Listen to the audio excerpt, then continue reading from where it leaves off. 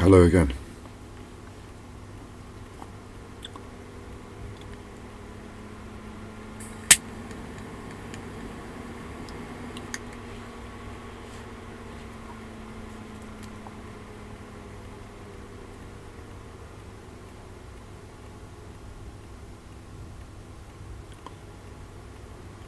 Just centering myself.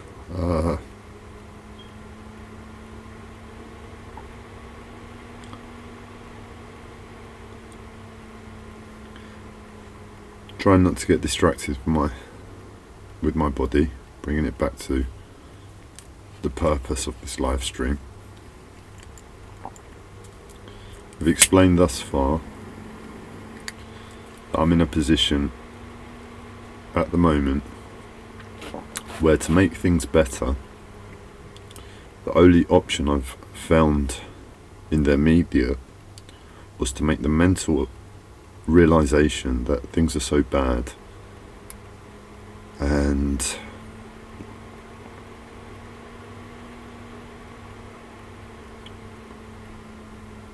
I don't have any means to make it any better without a lot more pain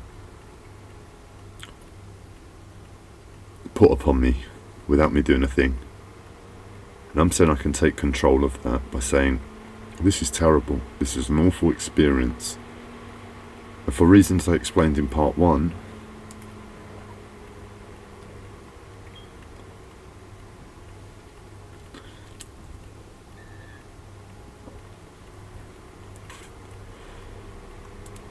I made the wise decision to say I'm going to stop all the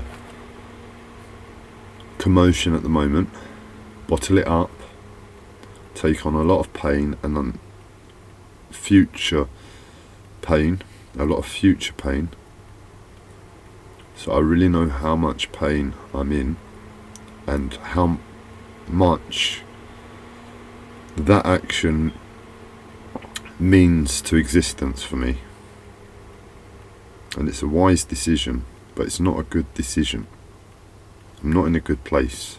I don't want to be making decisions in my life where I'm saying I'm scarring my life so I can remember how bad a situation is. That's really not a good thing. That's really not healthy.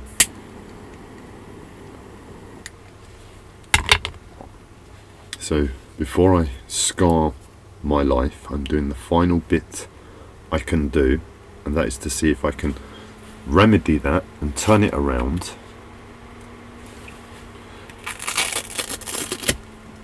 from scarring my life to making my life better in some way. Anyway, even if it's just to get me functioning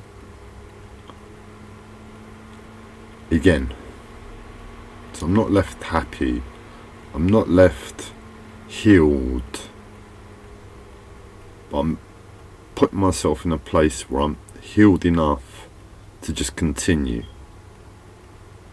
And in continuing, I'm resting in time.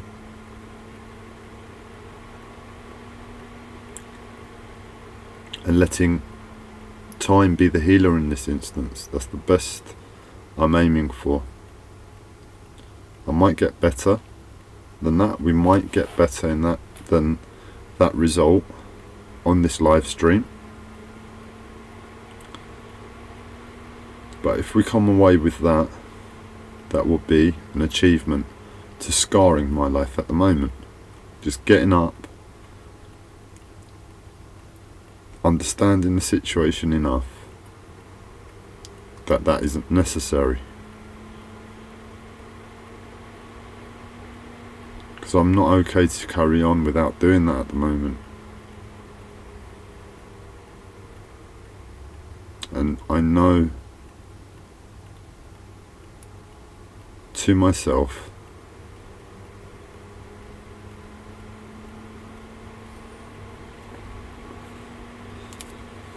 there's a lot of consciousness in all of that.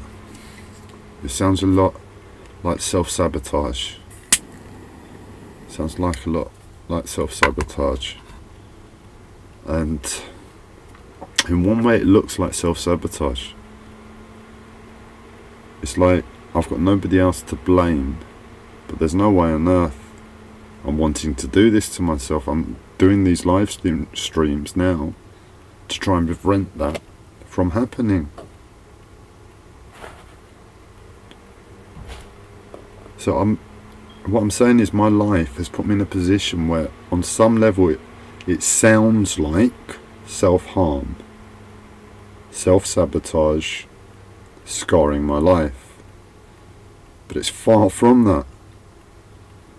It's far from that. With all the consciousness I can summon in the moment, I have made several high conscious decisions, and the finality is, so far, I'm left with scarring my life.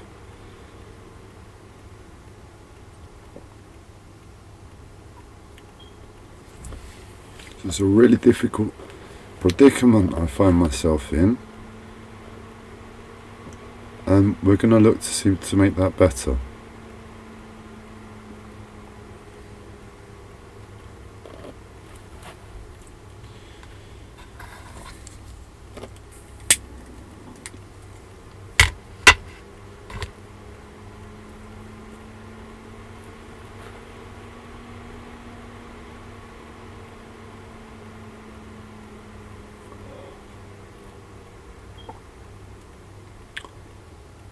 Right now, I'm live to the world, and I'm holding in, I'm bottling in a lot of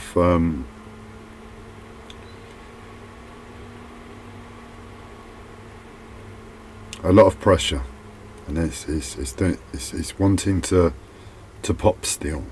And I'm live to the world, and I'm a loose cannon with rants and saying what's on my mind.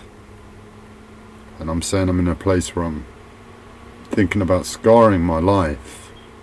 What things could I just open my mouth now with, come out with, live to the world, that would shame me forever? Many things. So if we don't achieve anything, it might not it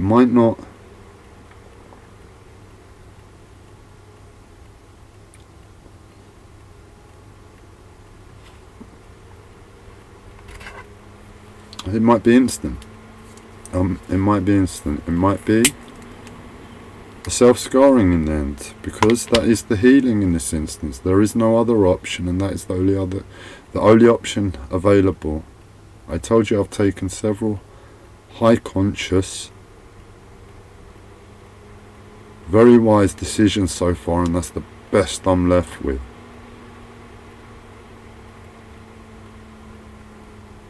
So in this moment, if I spend another session, I've made over an hour live stream already, and it's helped. But it's not it. So I'm giving everything to turning that around. And if I can't, that's the best thing for me to do in this moment. So what does that say? What is going on? What is going on?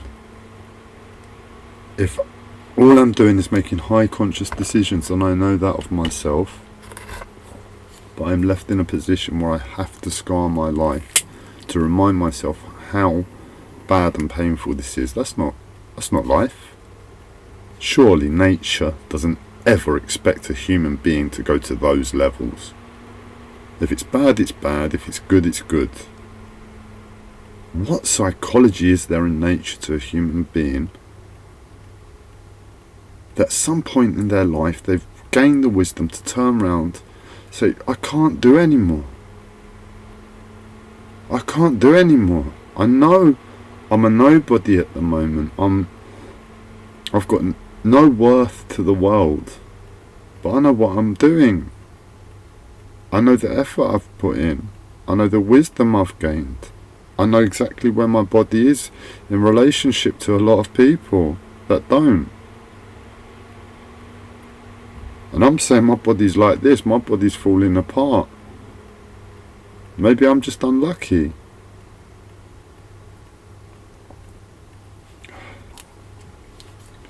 And I don't want to put it on other people. That's really what I want to avoid from this moment on.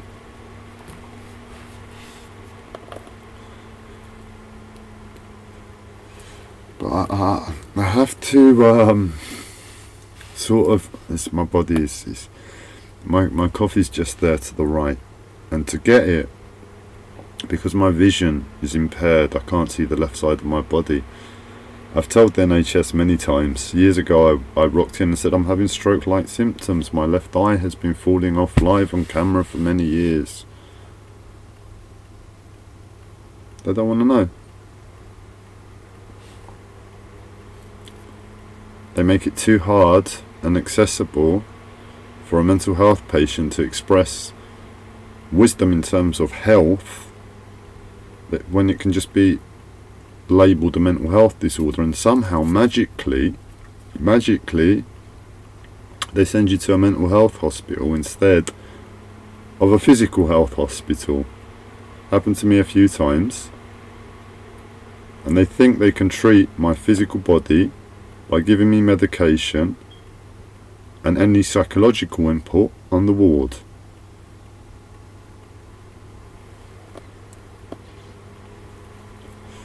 That's the mental health systems. That's the health system. That's the health system. Somehow, in clinicians' minds, the mental health side of things fixes the physical body, and they're really, really happy. Any physical problem that seems a bit tricky or difficult, just send them to the mental health side. That'll fix it.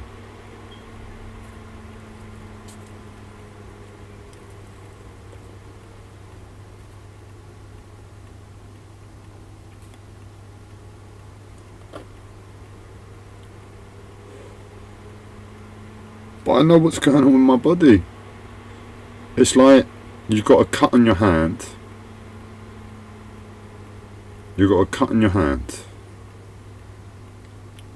You go to the hospital and they say, no, we're not treating it. We're not treating it. You got a mental health disorder. This one's we don't want to deal with. Off to the mental health hospital to deal with the cut on your hand. So, real physical problem, interrupt the body's ability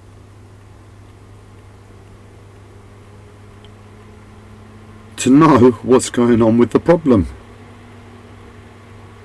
Kick them in a direction in life away from that, hard enough so they definitely get far away enough. So they definitely get far away enough and they get healed.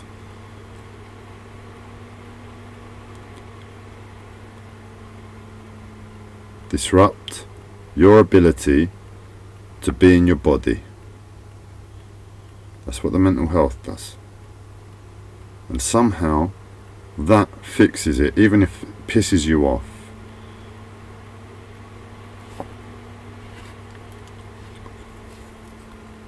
And all I do every day is try to tune in more and more and become more and more conscious of my body so I can heal my body.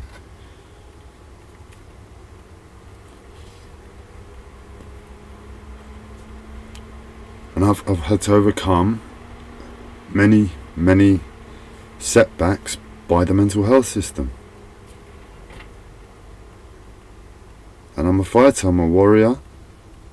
I'm now a spiritual master to myself. Look back over my life, nobody's given me that confidence. Where did that confidence come from? I turned around and looked at myself and looked at my life, and I know what I'm doing. I know what I'm doing. And for that reason, I know I can put spiritual master on the title of this video. Nobody's doing this. Maybe I'll get to share with you what I did last night. I can find the words.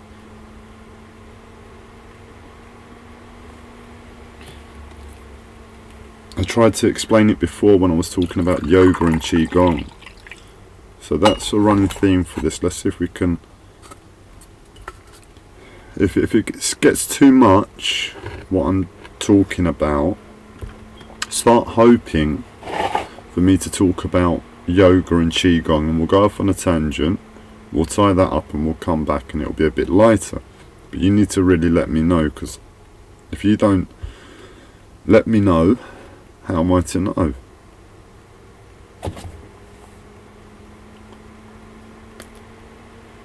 How am I to know what's best? At the moment, what's coming out of my mouth is what I think is best. If you can see something else that's best, scream it at me.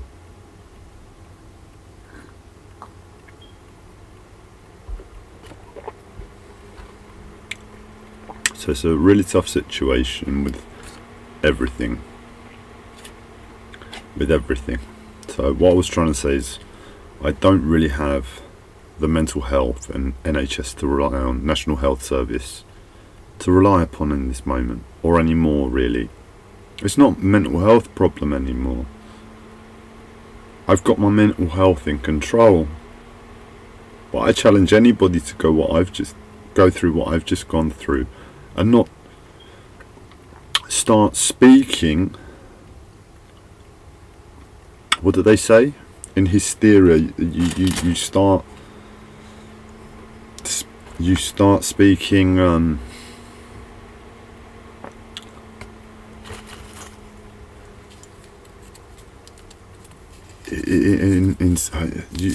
it's like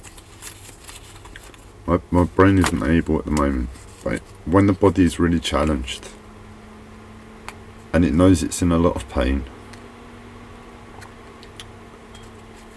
it goes into insanity when it can't accept the pain. And in insanity, if one has fought along the way and done all of the right things for their body, and they know that, they were on for the win. They were on for the win, so they're like, I'm doing the right thing. I know I'm doing the right thing, but I'm still losing. On some level, what's happening is they're fighting death. They're fighting death. I'm applying my consciousness to what I know,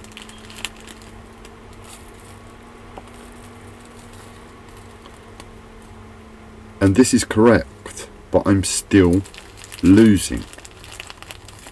I'm still losing, therefore death is winning.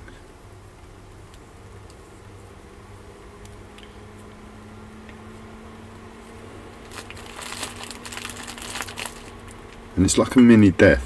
The body gets stuck. It doesn't die, it gets stuck. And it's like a mini death. But the point is, it's like the first step that leads to a death. And we don't want death, do we? We do not want to die. We want to live.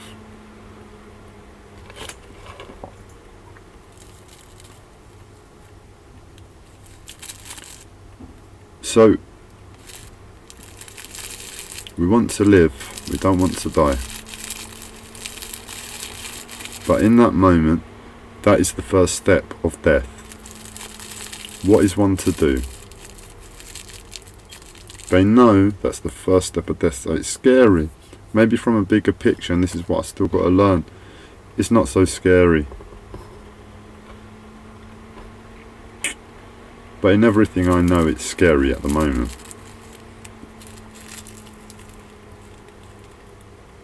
Very scary, very real, and very painful. Huge consequences, insanity and everything. So when the pain is too much, hysteria, fever, speaking in rhyme. We just start speaking in rhyme, just words come out of our mouth. I've got in control of that. I've got in control of that. I've got in control of that.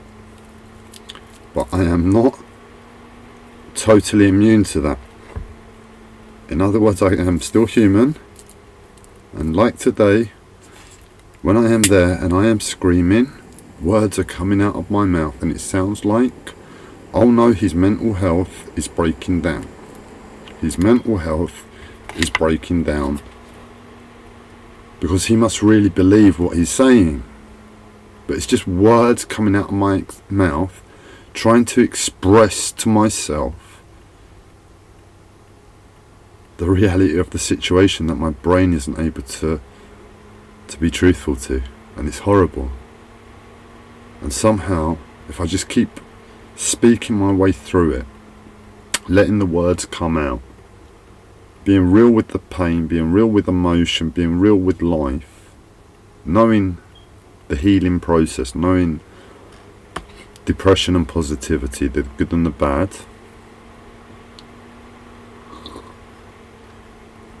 if I just let myself loose to that for days and days, it goes away, and that's the quickest way.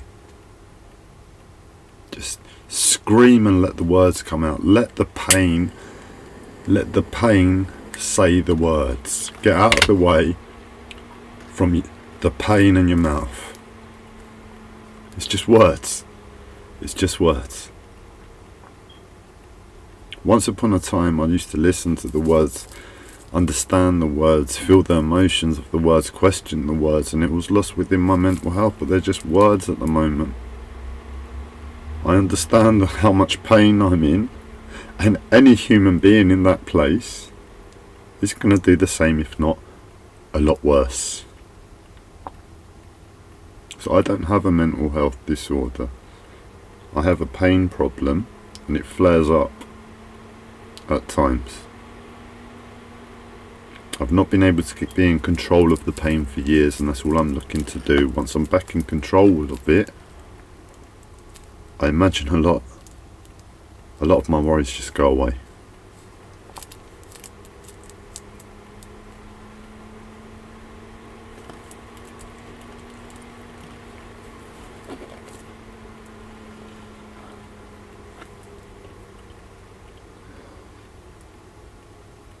And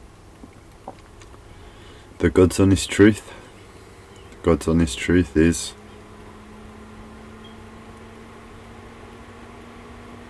I don't know how to speak myself out of this one. I don't know how to get it to, no, it's just okay to go,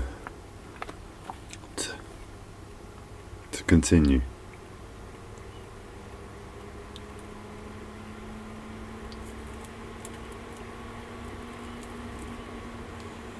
And at the moment, so what I'm doing at the moment is trying to get as many words out of the way to pinpoint where in reality I am, and I talk myself through that, constantly focused upon my body as the centerpiece.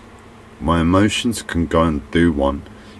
Most of the time emotions for me are just irrational, and the only time emotions are real is when it gets serious, or there's enough space in life for it to be light and enjoyable and light-hearted and the positive. I try not to do emotions. I use them for my very survival in life.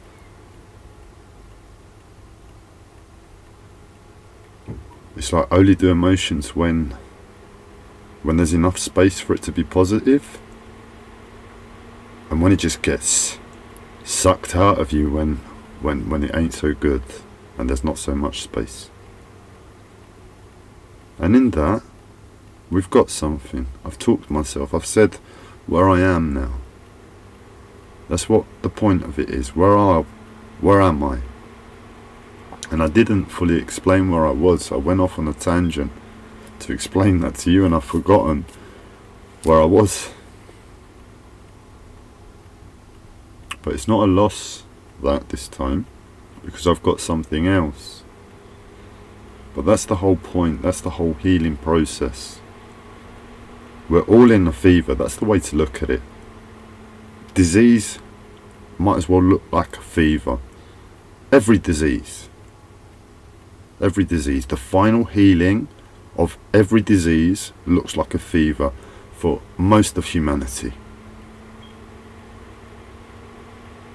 It looks like a fever, and we bury it inside and get up and get on, like we've given ourselves some sort of vaccine to dealing with the mental side of what keeps us encased within disease. We've given ourselves the vaccine, and the vaccine just hides it.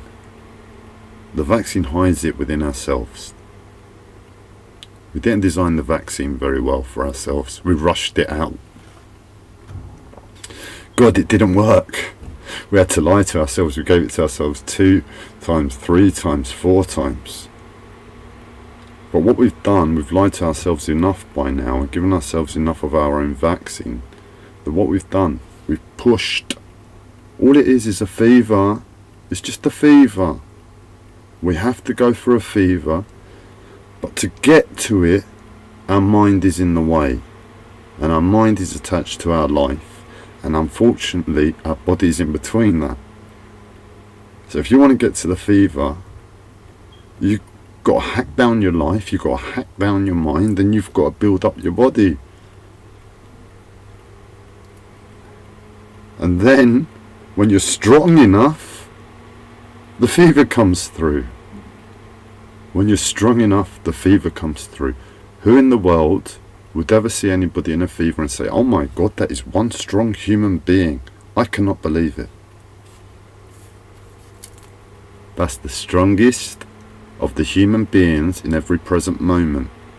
The ones that are currently in fever are the strongest, but most of us don't know it when it happens. When we're in fever, we do not know it, that we're strong, because it feels anything but. But that state is as strong as it gets for humans at the moment, because we've got to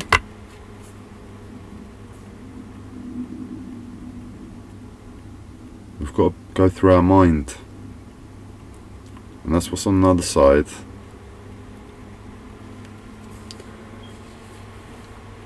That's what's on the other side, the fever. And in fever, we speak rhymes sometimes because we're weak to our body. That's why we're strong. We're weak to our body in that moment, and the body is in control, and the body is guiding the way, and the body's going this way, and the mind wants to go that way, and the body says, well, that's a fever, and the mind says, I have to go that way, and the body says, well, fine, that's a fever, and the body says, I'm going to give us a fever. We want to be strong, and we say, yeah, we want to be strong. Well, fine, fever it is. And you say, but we've got to go that way. No, fever. So the mind is weak. The mind is weak, body is strong. Fever, mind hasn't got control of the body. Body takes control and says, this is where we are. This is the present moment. This is reality. This is the truth. Stop lying to yourself. Stop lying to ourselves. This is the truth. We're all in fever, and we've locked it down with our own vaccines and our own lies.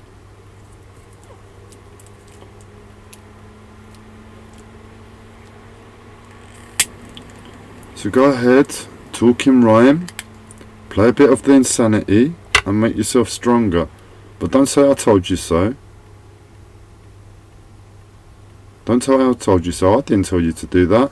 I told you the world would tell you you're mad if you think that. I have a mental health disorder. I've got the label. It's safe for me to say it. And that's why last night, with what I know of Qigong, so we got back to Qigong, I must have been depressing you. That was a hard one to hear. I admit, I gave you a lot on that one. Real hard to take in, digest, and believe that that's reality. I hope I delivered it in a way that you can take it as a seed, and whether it looks like a fever or you get something else from it, but it makes you strong. One way or another, I hope it makes you strong. I don't hope you have a fever. It's not a fever, it just looks like a fever. Right now, I've been working through that fever for months. For months. Non-stop, working through the fever. And because I know what's going on, it's like, now there's a runny nose. Now there's a bit of pain. Now there's a bit of weakness. Now there's a bit of this. Now there's a bit of coughing. Now there's a bit of sweating. Now I don't have the strength to hold my bowels. It's best, if you're in a fever, to go as the fever. To do as the fever. We do not have the ability to control our bowels. There's a light switch on the screen. Look, let's put one on. Let's put a light switch on the screen. We're going to put a light switch on the screen. What are we going to put on?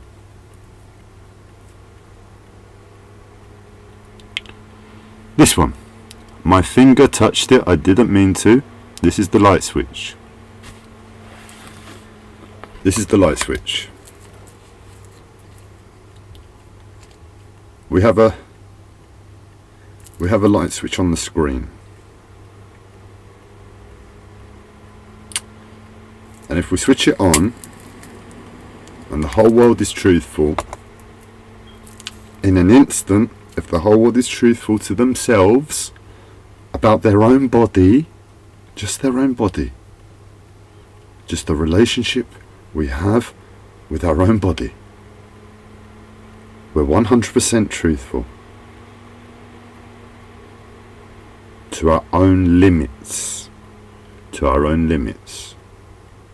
So nobody's enlightened walking around there in society, are they? If they are, be truthful to yourself.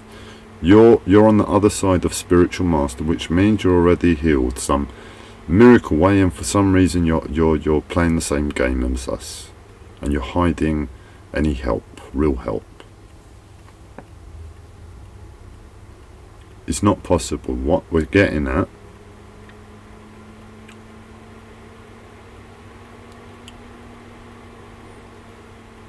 what I'm getting at is that it's true. What I'm getting at is that it's true, and it's horrible. There's a light switch on the screen. We flick that switch. If we flick that switch on the screen, what happens is the whole world instantly becomes truthful to the maximum capacity they currently have in life to be truthful to their body. It's clear the relationship they have in their body, and in an instant 8 billion people, actually I say 8 billion, it might just be the men, I can't confirm women, I don't know a woman's body, a woman's mind, so at least the men,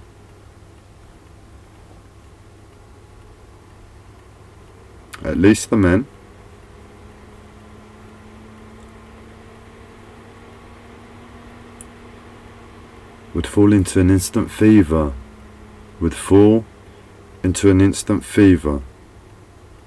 So, light switch equals truth. Truth equals instant fever. No, nobody's going to switch that light switch, are they? How cruel. Putting the world into an instant fever. But it's truth. It's truth. Who's going to do that?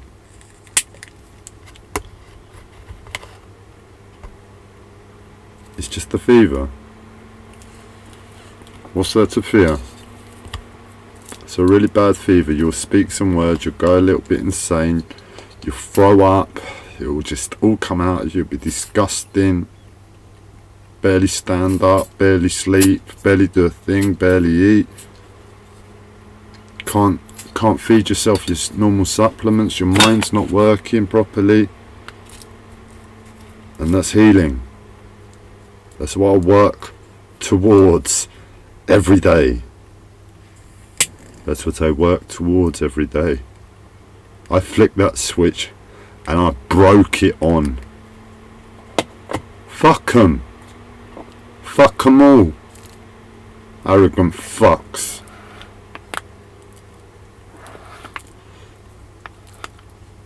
The rocks. It's just rocks. Arrogant fucking rocks.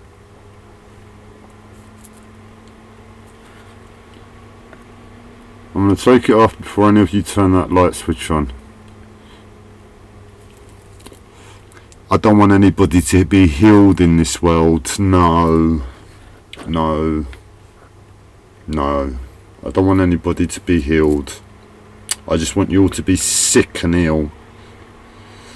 I want you to throw up. I want you to have your bowels and all the disgusting things. I want you to experience words pouring out of you. You don't know what are happening. But I want you to know in that moment how strong you are. And that's all that's needed. That's all that's needed. So you flick that light switch on. You flick that light switch on. But the point is, and I don't know what images I'm pressing. I'm just pressing the first one. In love, there is no loss. In love, there is no loss.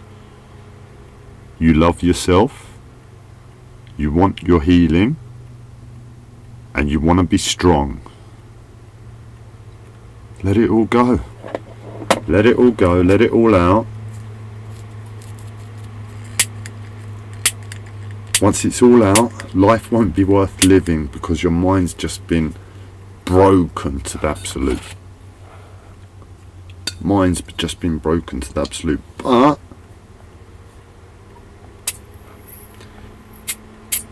how many people would say, for me to believe, I have to go through a fever and I'm healed from many diseases? I don't know. I'm losing my ability to speak. I want you to be strong, and we're all destined for our next fever, our next attempt in healing ourselves on a super conscious level to our ignorance now. And I'm out of gas. I'm out of gas.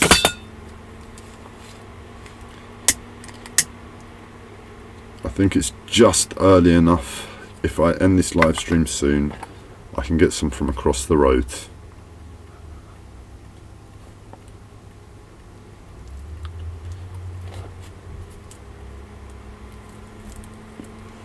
So last night, yoga, qigong. We don't know what yoga is, yet we know it makes us better. That's what I've learned. It makes us better. It does something, we don't know what it does, and it makes us better. It's a bit like taking a medication. We don't know what the medication does unless we do our research. Most of us don't do it. We just want the healing, and we might look at the side effects and say, okay, I'm prepared. The healing's worth it.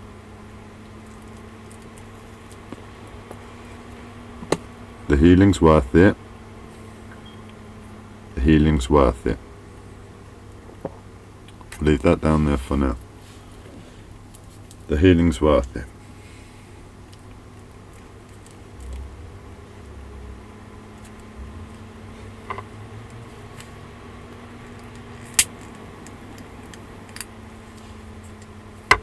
We don't know what yoga is, but we've dressed it up. It's definitely sexy yoga.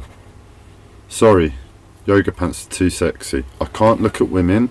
I can't look at women's breasts without falling over and falling down. It's too much for me. But yoga pants are really sexy. They're just clothes, but they're sexy. They're really sexy, and they're just that tight. They're just that tight, and they show all the curves while you're doing an exercise that really is going to highlight that. And you've got yoga now that's sexy yoga, but what does it do? Nobody knows. It's just the way we've packaged it and labelled it, and it's safe. It's been around for 50 odd years in the mainstream, now 60, 70, something like that. Everybody does yoga. It's nothing. It's nothing.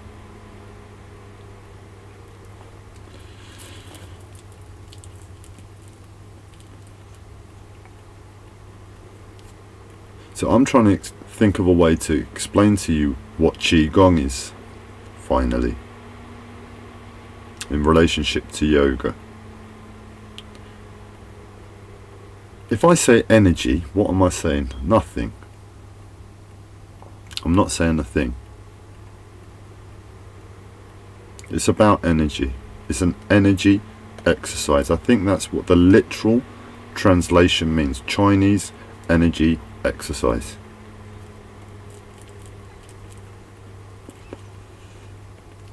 But where in the world is energy? It's not. I told you before, that was me aligning my energy circuits. That was me aligning my energy circuits on part 1, and that's what it looked like. So where in the world do people know how to look at people to see, oh, that movement there, well, they look like they're in a lot of pain and awkward. They are really strong. Their energy circuits are on, and they're holding a lot of strength and weight. It must be agony. It must be agony, but their energy circuits are on. They're aligned.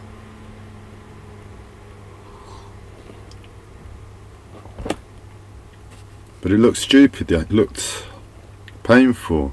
It looked wrong. And I told you my energy circuits are on.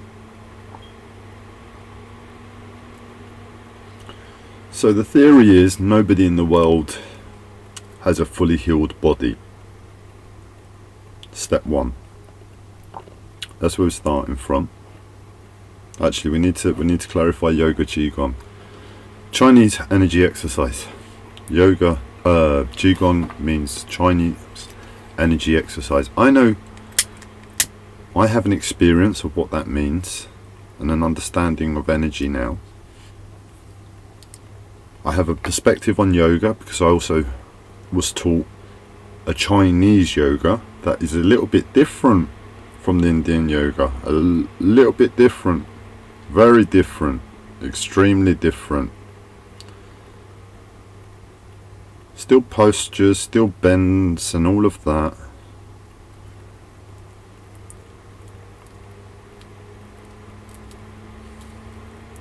But yoga's still good.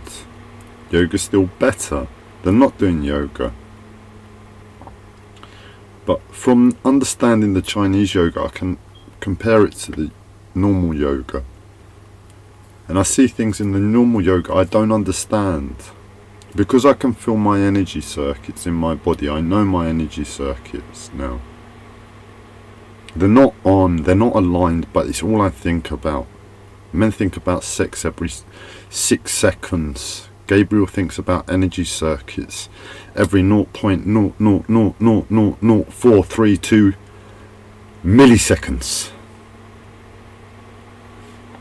It's... yeah, energy circuits. That's why I can say sexy now. I'm autistic.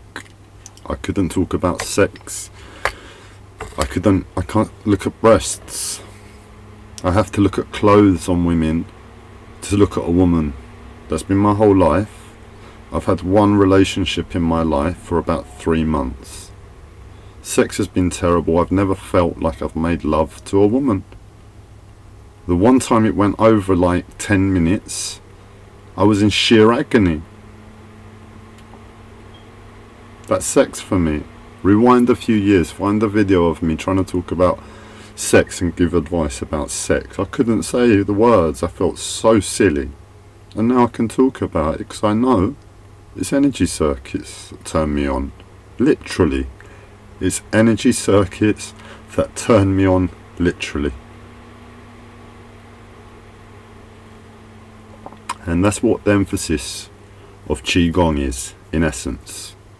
The energy circuits that are inherent within the body, that are alignment of body, from focus upon posture up on the body, utilizing the body to correct posture, and in correcting posture, one refines their energy circuits.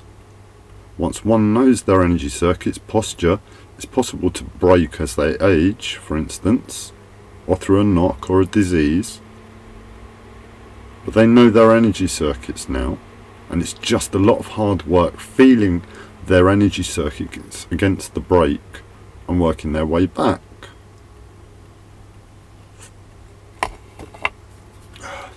So that's Qigong. That's what you get from Qigong, and it's a lot of hard work. And Qigong as well, 10 p.m. I've got a 10 p.m. call, so it's got to be off in an hour. But it won't be that long.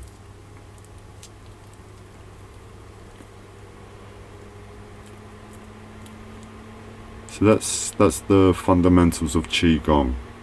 And I needed to talk about yoga. Is there anything I've talked about yoga that I've brought up that has raised the question for anybody that really needs clarifying, when I just wanted to get to Qigong and I had to go via yoga? So I don't want to have confused anybody with yoga, but it was just to describe Qigong. That's how much I know what I have to do when my brain isn't working to get the answer. So we'll continue, and if we need to come back to yoga, we'll come back to it. We hope we have an understanding of Qigong. Chinese energy exercise, all about the energy circuits inherent within the body and available to all of us within the body. Learning that, understanding that, having a new reference for body that feels really strong compared to all of whatever we thought was strong before.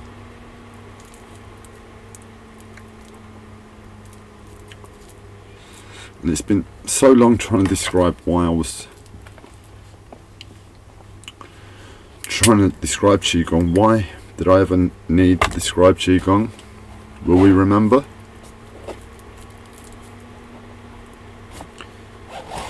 Will we remember? So if you saw me on the part 1, I said that isn't my movement. That's not me moving it. That's not me moving it. That's not... And I can't... I've fallen asleep to it now. I know what's going on. I know my body's in a bad way. I know it's serious. But I'm also relatively relaxed on this time because I've put in a lot of hard work lately. And I've become aware of lots of things I can do to remedy it. What I need to address in the immediate is my mind, and that's what I'm doing on camera. I'm just calming my mind down to the situation. And unfortunately I've not been able to focus on my body, which required me to scream. So I've lost the battle to my body now. Right now I'm having difficulty deciphering, just knowing, like seeing it, being able to just see it and say stop, that's not me. The movements, my arm keeps pushing down here and that's not me. I'm pushing. I have given it no intention to push and I can feel it pushing. And it troubled me, and I looked at it and my consciousness went there whilst I was talking and distracted. And now it's locked into the arm. And as a result, this arm's come online and it's pointing down there when I didn't give the intention to point. What it is, that is the arms not moving, the body doing its best to converse. Stay focused with the live stream. Stay focused with the conversation.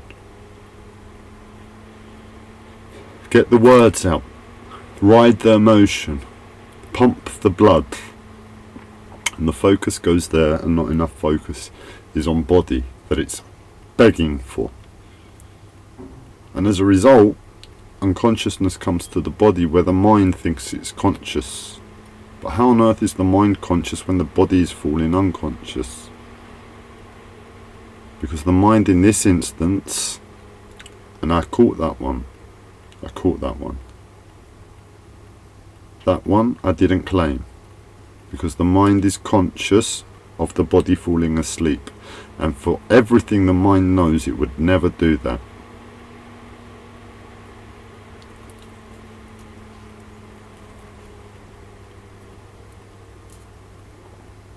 But this sounds a little bit more difficult at the moment.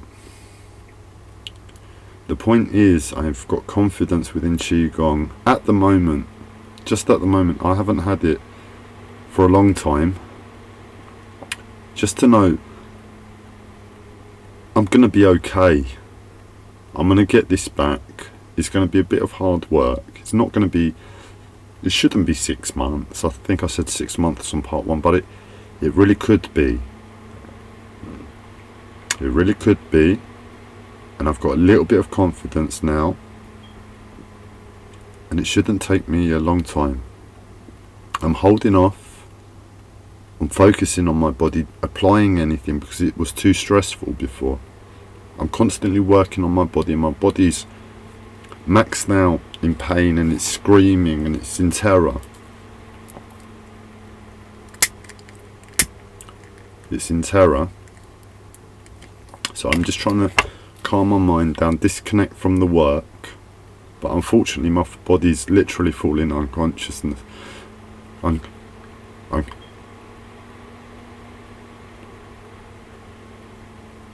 Would you believe me? Would you believe me, my body? And I've got a choice. I can either go that way or I can continue the conversation. Which one is consciousness? This one? That's real. I'm really there. That's what the pain does to me. And that was last year, and I haven't been able to rest in that unconsciousness because that's what the body wants. Just a little bit of unconscious rest, which is conscious rest if you know what's going on. So that's unconsciousness via pain, but that's the maximum of my limits. For over a year I've been out of my limits, and it's been a constant battle to get in touch with my body again.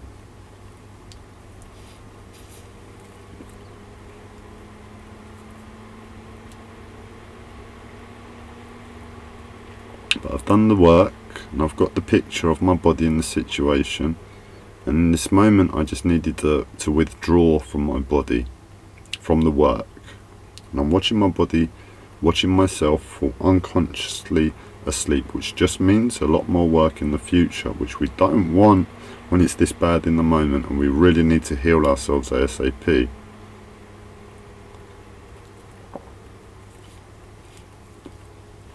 But I need to address my mind.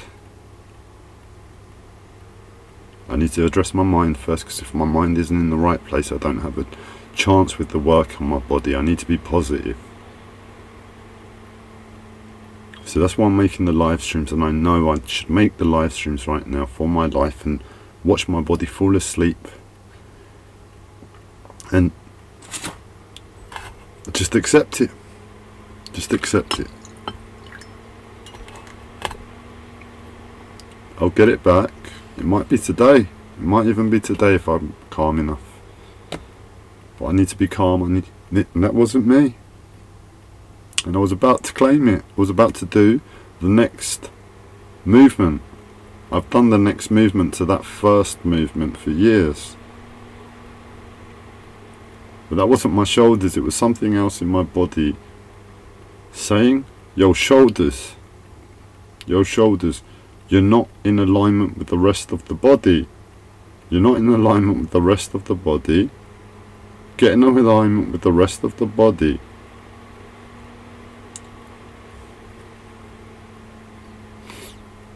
Because you have no choice.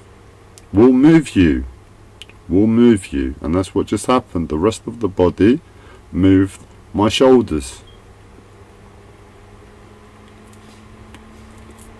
And because it was the rest of my body that moved my shoulders, it feels like the whole of my body moved my shoulders. And if it's the whole of my body that moves my shoulders, surely that's me.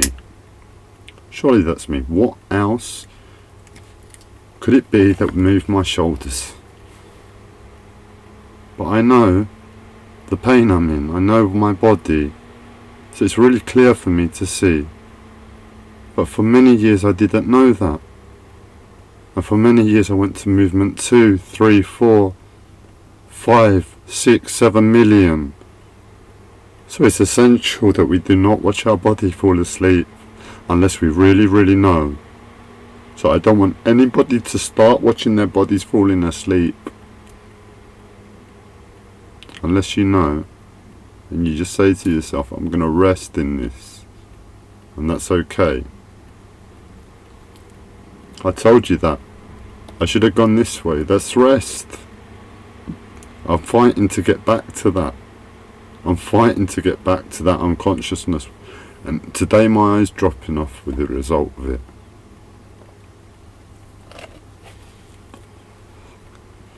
Wasn't that bad before. It's not that bad always. It doesn't hurt. But my body is hurting. My body is hurting, but there is no recognition in my mind that my eye dropping off hurts. It's almost relaxing. That's why I let it happen. I can stop it if I really wanted to. But with what I know of energy and Qigong and my body, I'm going to allow it for my life. Sod it. I've got another eye open.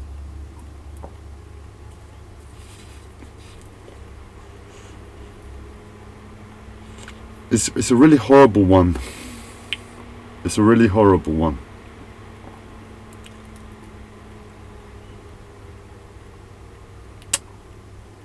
And I can't say it, so we'll talk about yoga. You want to know something about yoga then? What is it? We want to know about yoga. The yoga pants conspiracy. The yoga pants conspiracy.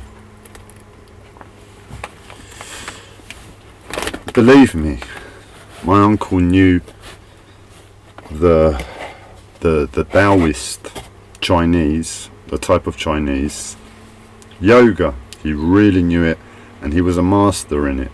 Never flashed it, never said it, but I know that of my uncle. And he always wore loose trousers. He always wore loose trousers. And from what I know of what the yoga my uncle taught me, there is something not perfect and not free in the ultimate, in the first instance from freedom yoga. There's a yoga called freedom yoga. Do your research. And well, there's just one or two things about it that don't say freedom. I can understand why the label is on there, but that label needs context.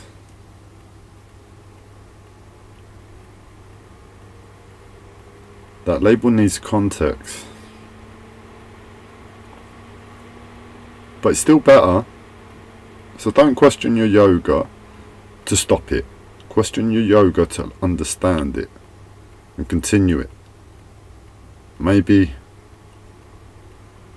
realize your own postures, realize your own energy circuits, realize something else alongside yoga that makes yoga understandable and more applicable to life and you.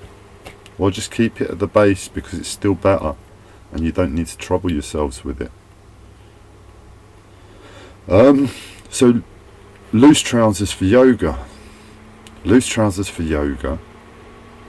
But the gurus went away. And they didn't stick around and they didn't tell people what clothes to wear. And we've all decided yoga pants. Surely.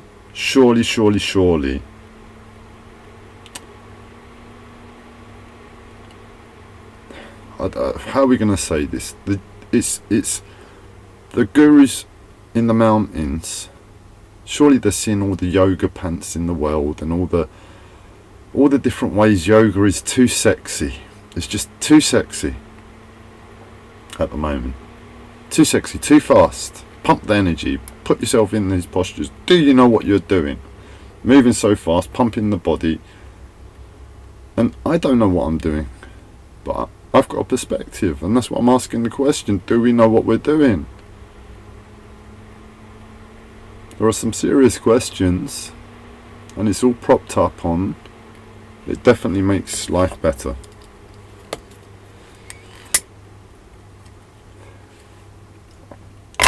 But like yoga, dates back thousands of years, so does Qigong.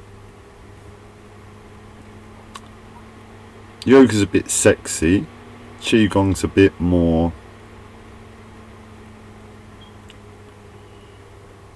simple and a bit more masculine. yoga's a bit more feminine the way it is in the world at the moment. Doesn't mean a thing. Qigong's about balance. You want your feminine and your masculine balanced. That's really what Qigong should be the point of. And the experience I've had of it,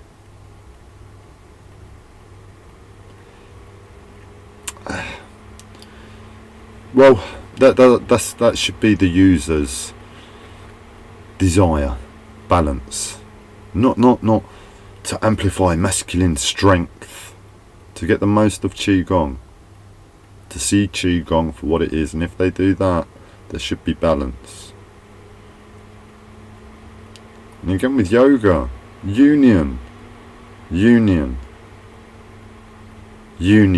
Sorry, I can't look at women and you're strapping yoga pants to yourselves. I was okay with the clothes you were wearing before. I was okay. You know, I could look at you. I just focus on your clothes and open my mouth and the words come out. I don't have to look at your breasts. But you slap yoga pants on, what am I going to do? It's another breasts. And we're all doing exercise in a class together.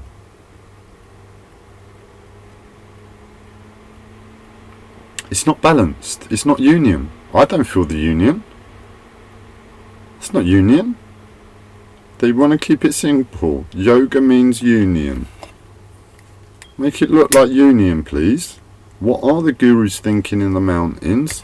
Why on earth haven't they sent an email? They don't have to come back. They were happy to come out in the 60s, 70s and 80s.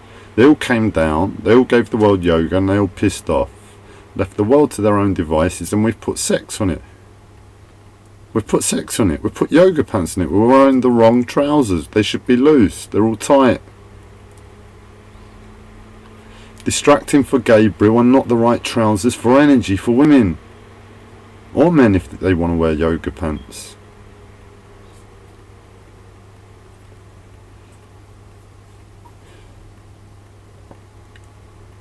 It's 2025. All the gurus are a bit older now. They've all got walking sticks. They do yoga with walking sticks. They've got walking stick yoga. They're going to release that in a year or two. They're just waiting for the AI to get good, and they're going to tap into the AI.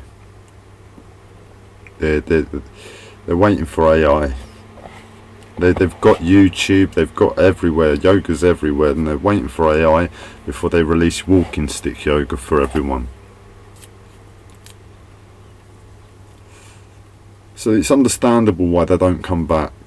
It's been a while since the 50s, 60s, 70s, 80s.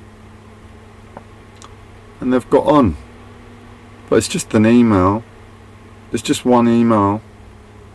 One email they have to send to whatever head of the school of their yoga and say, look guys, look, yoga's great, but what you're doing with the sexiness is a bit too much, man.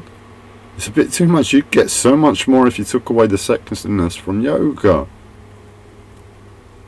Your minds. What are you What are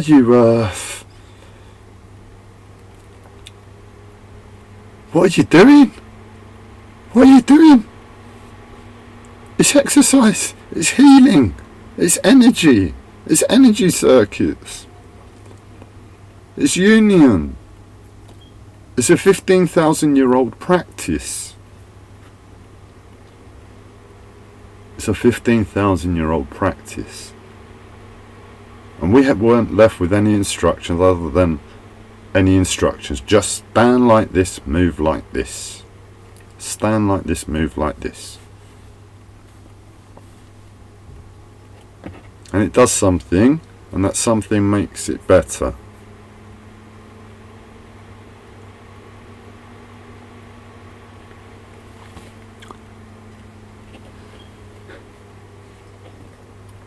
But however much beef I've got with spiritual masters in the mountains, however many questions I've got over the sexiness of yoga and its effectiveness, as a result of the sexiness,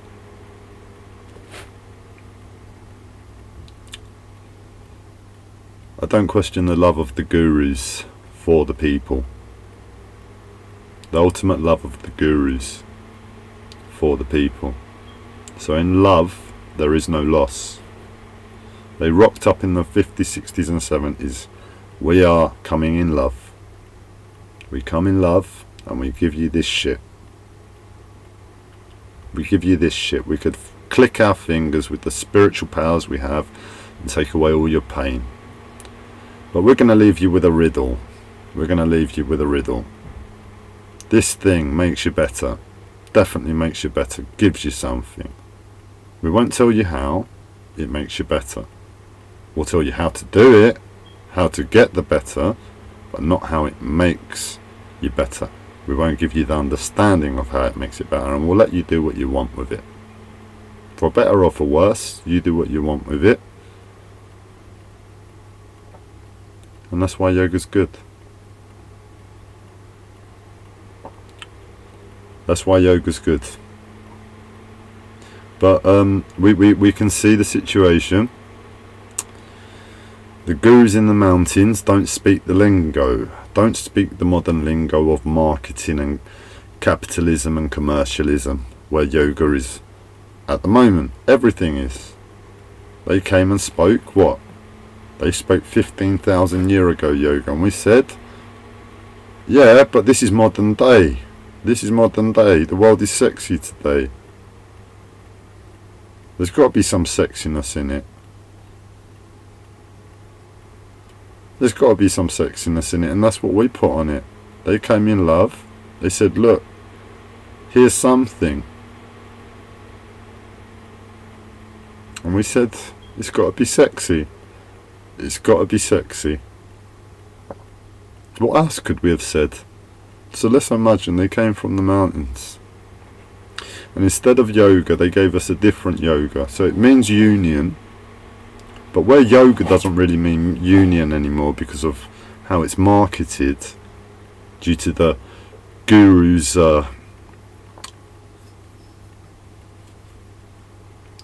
absence from society and modern life, they're still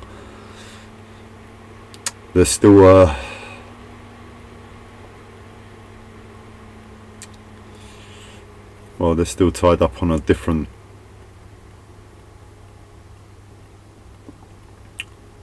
timeline to the rest of us. It's a bit different in the mountains. Time passes differently to the land, believe it or not. So they're a little bit of the olden days energy. They don't understand marketing,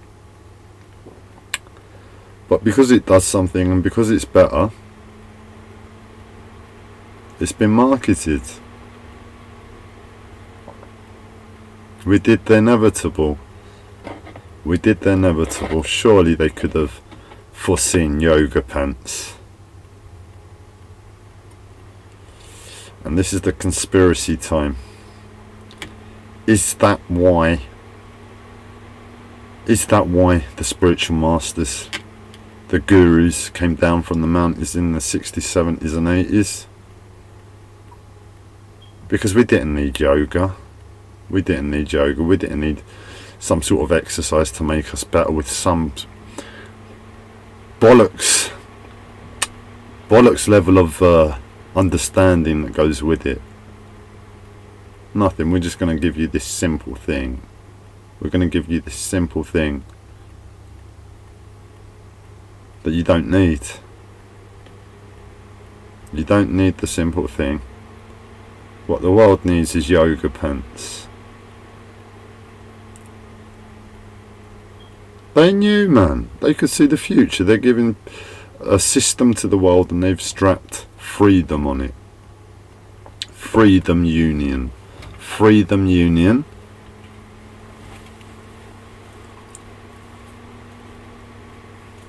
Well, it's been around for a fair amount of time now.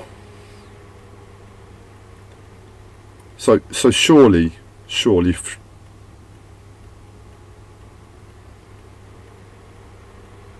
it's had its time to show its worth. And in the finality we get yoga pants. In the finality we get yoga pants. All the people that have done yoga, they get something better, but it doesn't make them immortal. It doesn't make them superhuman.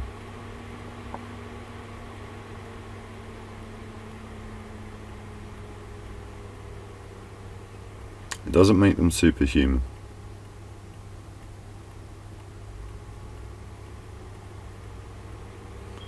Why is that?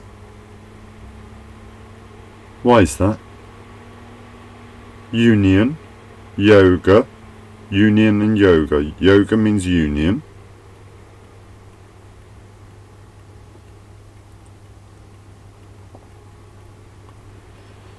Yoga means union. And from everything I understand, when we are in union with ourselves, unified, we're superhuman. So along the way, it's like I'm getting more and more superhuman. I told you many things today on the recent live streams where it says actually something's going on here if I can really hear. And I'm saying there's a lot of things I'm doing that are making me superhuman, but I know it. What's the point of all that hard work if I don't know I'm superhuman?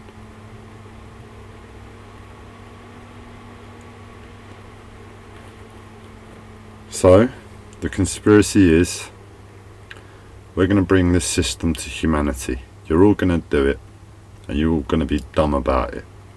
You're going to think the absolute best that you get from it is yoga pants. And yoga pants means the union.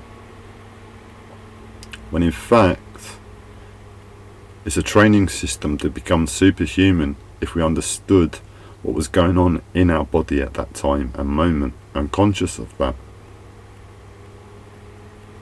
And wearing the right trousers to make that journey even better and amplify it. I mean, they don't have to tell us. For some reason, there's a reason not to tell us what's going on. Maybe that's beneficial to the situation. But tell us not to wear yoga pants and wear the right pants. That's like adding an extra 10, 20, 30, 40% to the situation. When someone's should be thinking about becoming superhuman. So in other words, they said, be ignorant, be dumb, be innocent, whilst you're training to be Superman. And then when quantum computers come round, quantum computers, we can talk to them telepathically because we're that fucking lazy, and that's why we're in the fucking mountains, not down there with the people, helping the people, giving them some stupid system with a stupid label and watching them thinking yoga pants means union. So they're waiting for quantum computers to get the full rollout. When quantum computers can tap into them telepathically, that's the potential of quantum computers. No one knows that yet. It's just this dumb idiot saying that.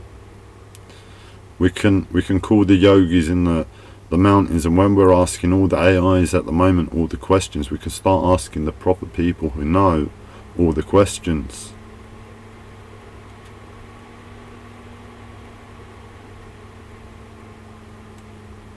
And maybe we can get somewhere with information for once.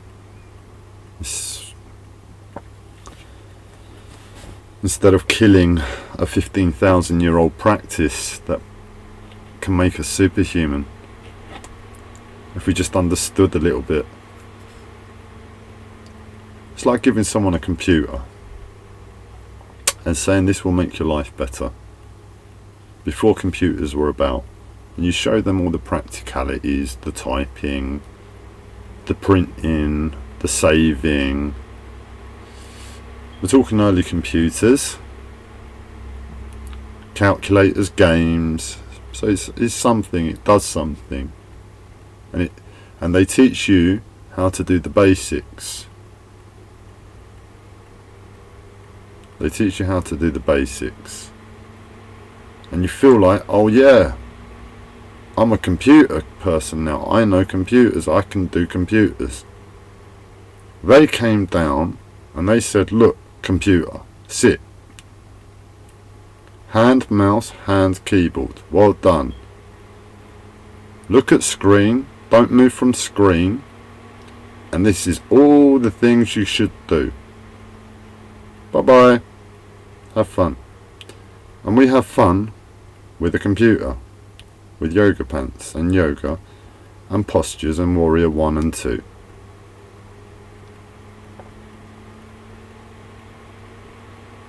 But it's a computer, man. It's a computer. It's to understand it. It does break. It does need fixing. How is it possible? I've just rocked up. Computers didn't exist. I've just brought computers to the world. How is it possible I'm sitting down and using a computer and it's doing all of this magic? I don't understand the mechanics, the technical, what's inside it, how it works. You say silicon and CPUs and all of these technical things and fundamental, it comes down to ones and zeros in binary language or something. We haven't got a clue about the computer. But the reality of computers is amazing. But they've only taught us to do a few simple things.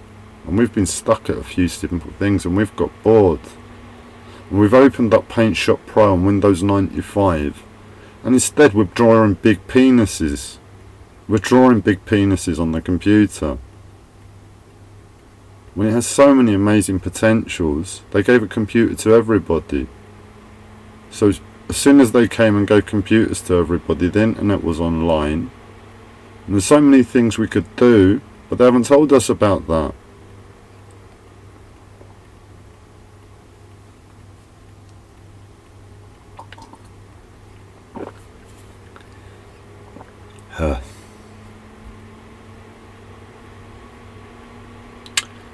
For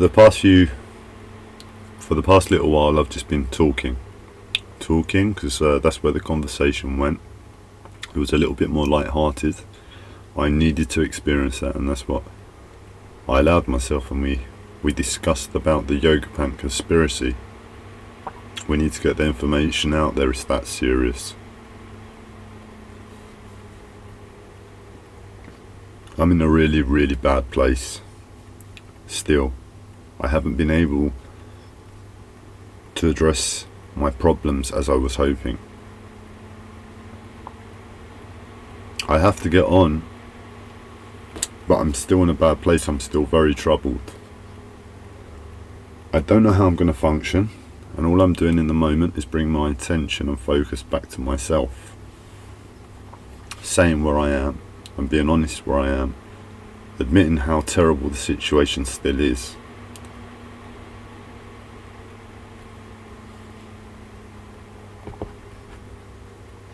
And I've got to be somewhere soon, so I've got to wrap up this live stream, and I don't know what I'm gonna do.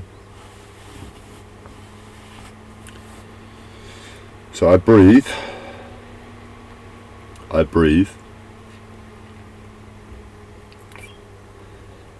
and where my consciousness is now, every time I go to think, how am I going to get myself out of this, there's like a wall of sleep I hit, and the wall of sleep tells me no, everything's fine. You've made yourself a little bit more light-hearted, just shut up, get on with it, and it'll be okay. In the moment I knew how bad it was, I knew how severe it was, and I said I'm going to scar myself for life. And that's where I've got to. I've split myself in two between the two. I could go one way, I could go the other.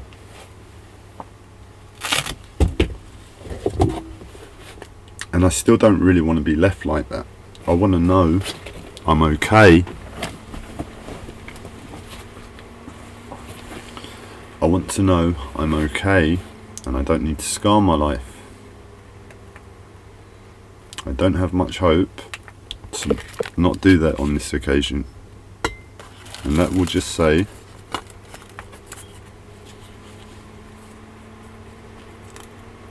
that's what was needed. That's what was needed, unfortunately. Which kind of just says life can be hard sometimes. That sometimes we make the best decision for ourselves is still bad. The best decision we can possibly giving everything of ourselves to finding a resolution, having years of experience overcoming this and learning how to deal with this situation as well as possible. On this occasion, not being able to do that. And the finality is I go ahead. I scar my life. I give myself a tattoo that says to me every time I see it. I have one here. It was half done in that vein. I need to get it covered. I'll get it covered one day. But that's what it will be like.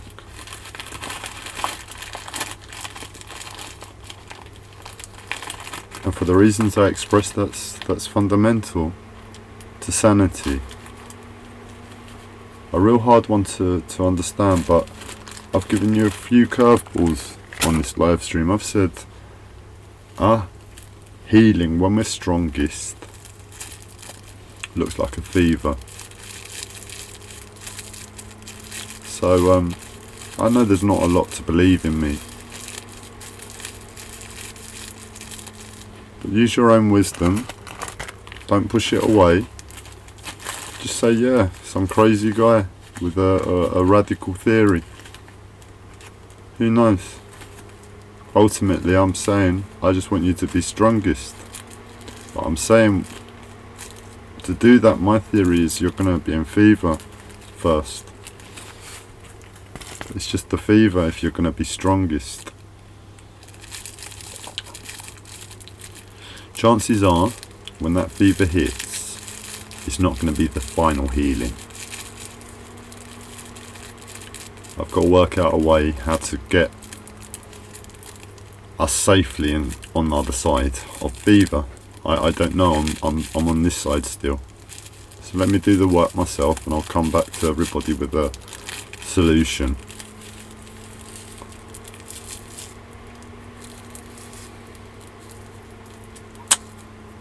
Fucking Mercury retrograde, man. Don't tell anybody. I'm petrified for my life. And I'm going to lie to myself in this moment and tell myself that everything is fine and okay. Because I don't know what to do. I'm in that bad a situation. I'm going to lie to myself and tell myself everything's okay. And on this live stream I've been able to find a solution. So what I'm going to do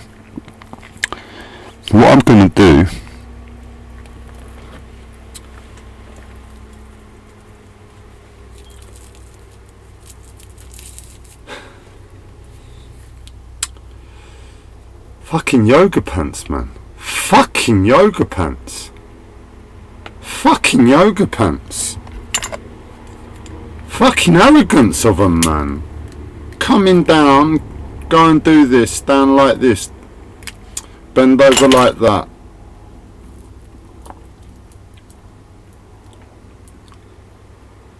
It's just sitting there in the mountains on their asses, lazy ass bastards, man. They could click their fingers and all of our problems goes away. Next time you're in this hard time, not here because they clicked their fingers. They didn't ask us to bend over.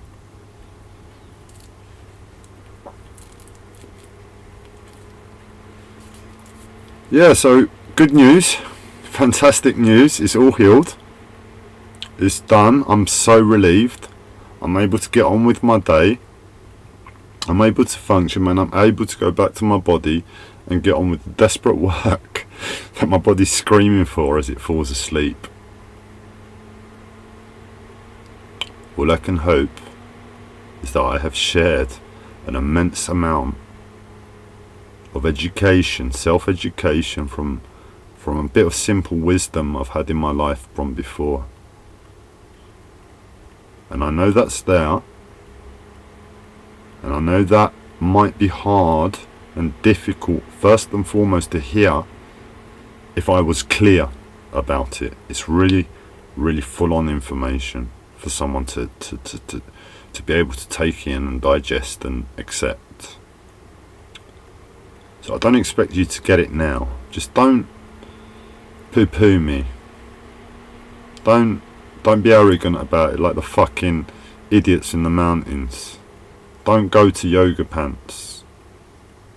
Wear your loose trousers. Give me some space.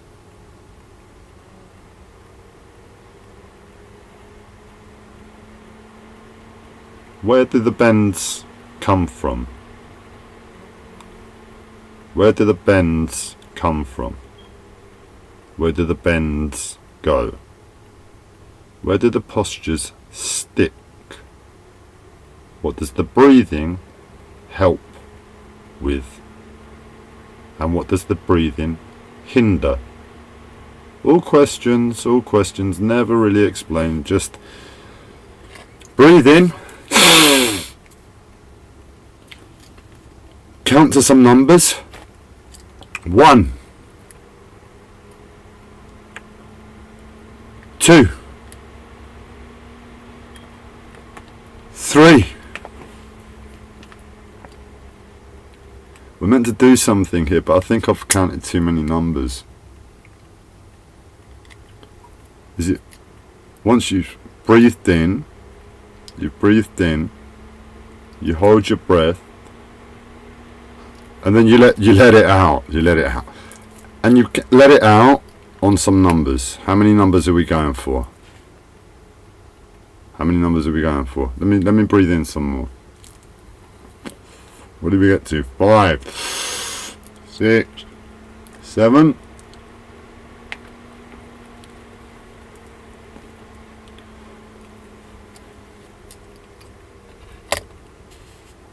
I can't count anymore. I better let it out. And my consciousness can't count when I'm letting it out. Weird. You count for me. 53.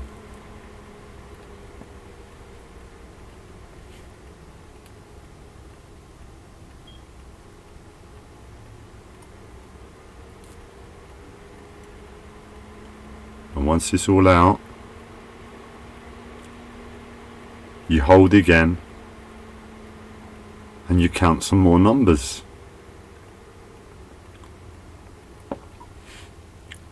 We were on 53 apparently, we're on 22 and it's all out.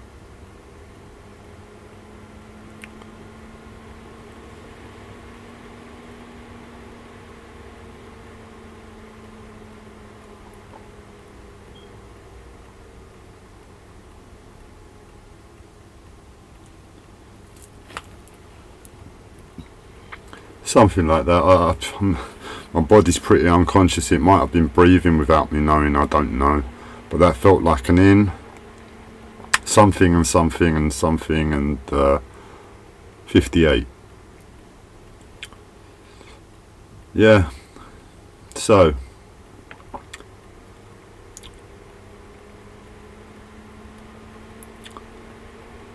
Why those numbers? Why that speed? Every time I'm in a flipping yoga class and they tell me to breathe in, 5 minutes later I'm still breathing in, and I'm always playing catch up. I'm like, yeah, but I want to stay in this posture a little bit more.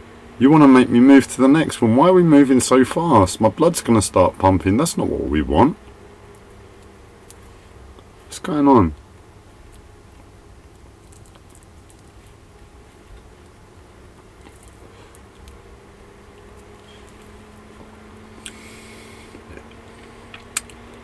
In love there is no loss. In love there is no loss. In love there is no loss.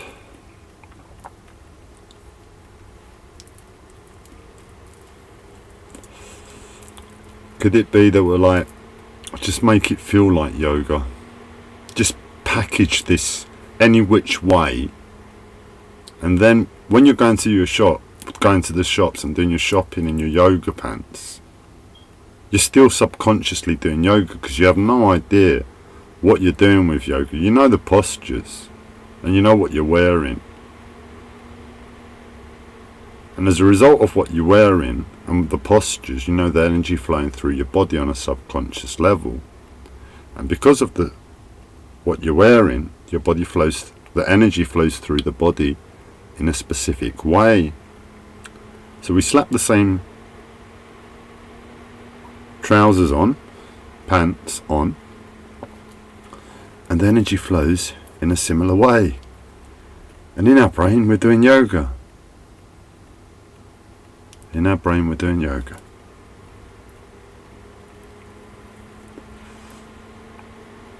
So that's the gift. That's the gift. The love of the lazy fucking yogis. Pardon my language. I didn't want to swear, but I've got my healing now. And I can go back to trying not to swear. But in love there is no loss. They came over, they created a spiritual conspiracy with yoga, my body. Forgive me. They created a spiritual conspiracy in love with yoga. They asked a lot of humanity and we just lapped it up. And as a result of our ignorance to asking questions, to sending their emails, most people would send them an email. I send them hate mail.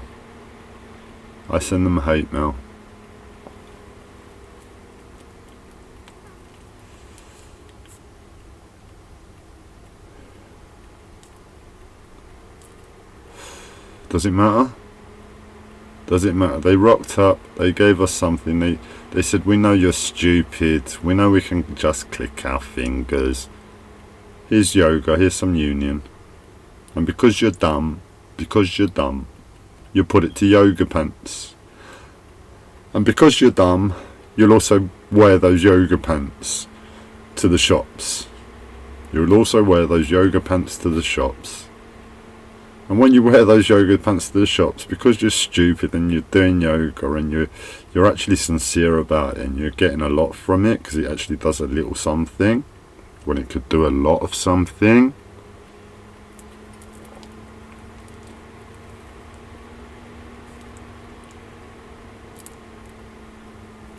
You're now able to do yoga buying baked beans.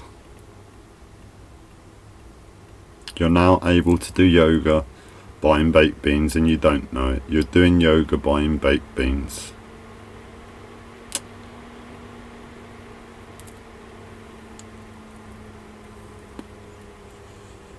Yeah. Women's breasts.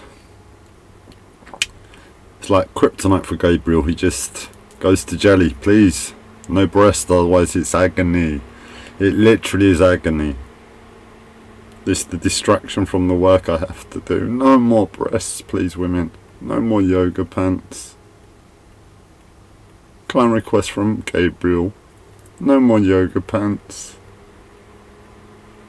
Get an extra 20, 30, 40% from your yoga and put some loose trousers on. I bought some for myself. I did try a pair of yoga pants and it was like, I don't know, they didn't stick. Well, they stick. I mean, when you wear them, they do nothing but stick. But they didn't stick with me. They went in the bin. I should have given them away. I've got some loose ones, and I'll go with my uncle's wisdom that he just wore loose fitting trousers to yoga.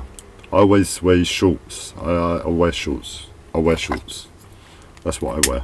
But I bought some long, loose ones. And